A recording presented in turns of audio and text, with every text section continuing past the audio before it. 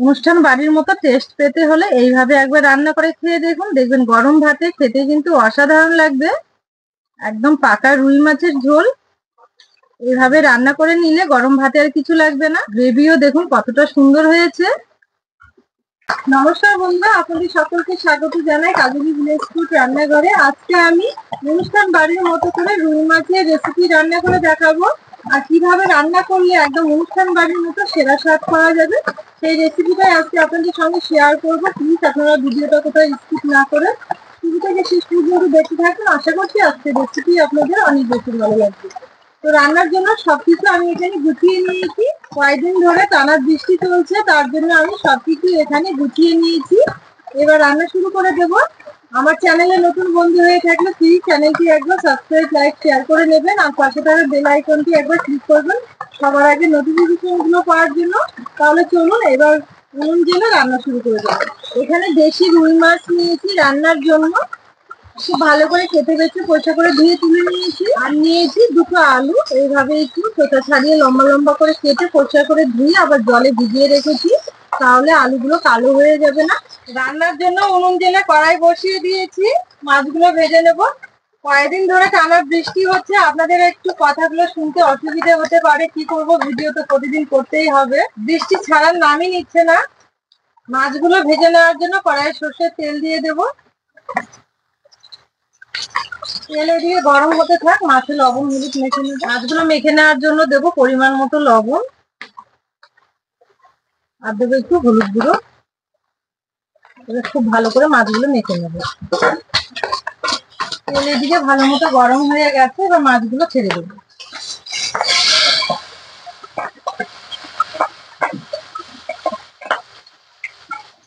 মাছগুলো একদিকে হয়ে এসেছে, এবার উল্টে দেবো।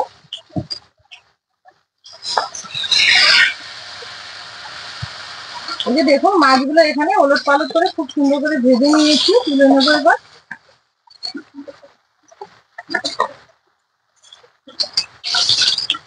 একই তেলে বাকি মাছগুলো ভেজে নেবো।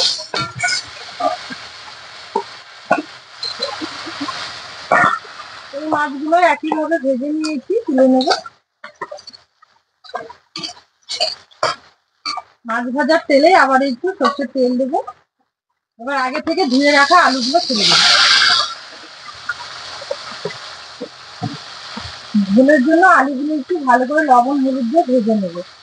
সামান্য একটু দেবো লবণ, আর দেবো একটুখানি হলুদ দিয়ে।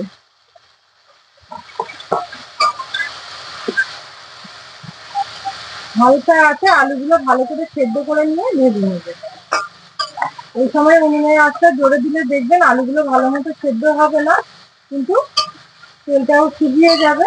আর হালকা আছে ভেজে নিলে খুব সুন্দরভাবে সেদ্ধ হবে, আলুগুলো ভাজা হবে। এখানে আলুগুলো আমি খুব ভালো করে ভেজে নিয়েছি, তুলে নেব।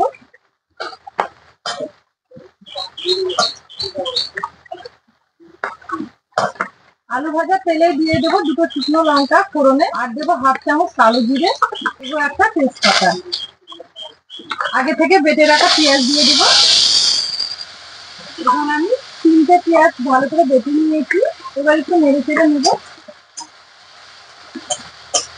এখানে আমি আদা জিরে শুকনো লঙ্কা ধনে একসঙ্গে বেটে নিয়েছি, পরিমাণ মতো মশলাগুলো এবার এগুলো দিয়ে দেবো। এই মশলাগুলো একটু ভালো করে নেড়ে চেড়ে নেবো।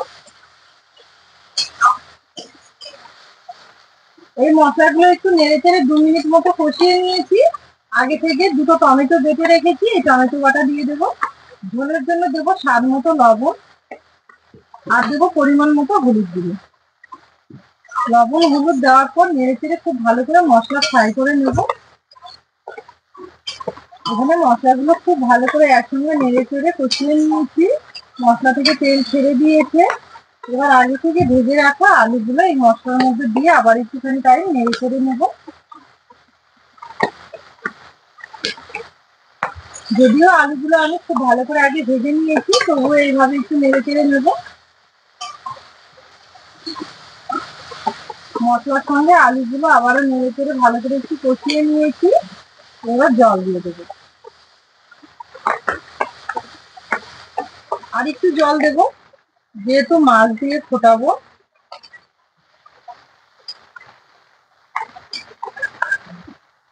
এবার নেড়ে চেড়ে খুব ভালো করে ঝোলটা ফুটিয়ে নেব। মানে ঝোল একদম টকবক করে ফুটে উঠেছে, এই সময় আগে থেকে ভেজে রাখা মাছগুলো ছেড়ে দেবো।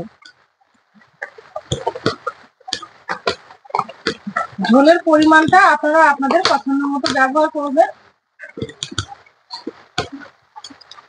এখানে মাছগুলো দিয়ে আবারও আমি একটুখানি টাইম ফুটিয়ে নেব, 2 মিনিট মতো।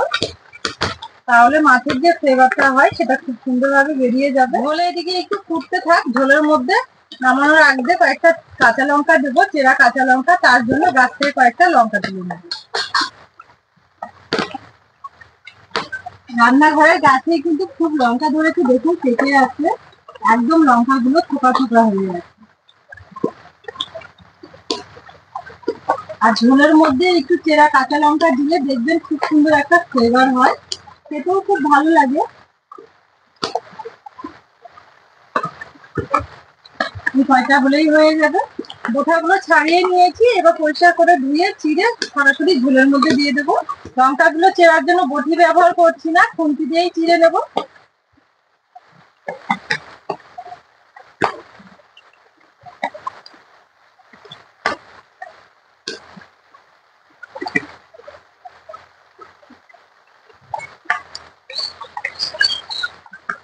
লঙ্কাগুলো বেশ ঝাল।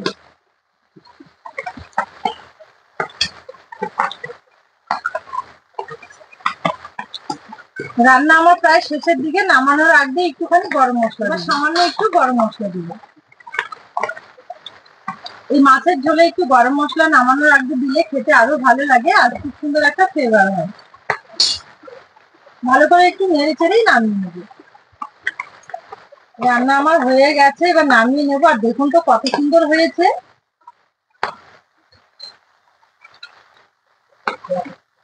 এবার একটা থালাতে ঢেলে নেব। এখানে আমি বাড়ির সকলের জন্য একদম অনুষ্ঠান বাড়ির মতো করে রান্না করে নিয়েছি। আর এইভাবে রান্না করে নিলে কিন্তু খেতে খুব ভালো লাগে। আপনারাও অবশ্যই একবার আমার মতো করে রান্না করে খেয়ে দেখুন গরম ভাতে, দেখবেন খেতে খুব ভালো লাগবে। পুরো ভিডিও দেখে যদি রেসিপি ভালো লেগে থাকে তাহলে প্লিজ চ্যানেলটির সবসময় পাশে থাকবেন, আর অনেক অনেক বন্ধুদের সঙ্গে শেয়ার করবেন। আজকের জন্য রেসিপি এখানেই শেষ করলাম, ফিরে আসবো পরের দিন অন্য রেসিপি নিয়ে। ততক্ষণের জন্য ভালো থাকবেন, সুস্থ থাকবেন।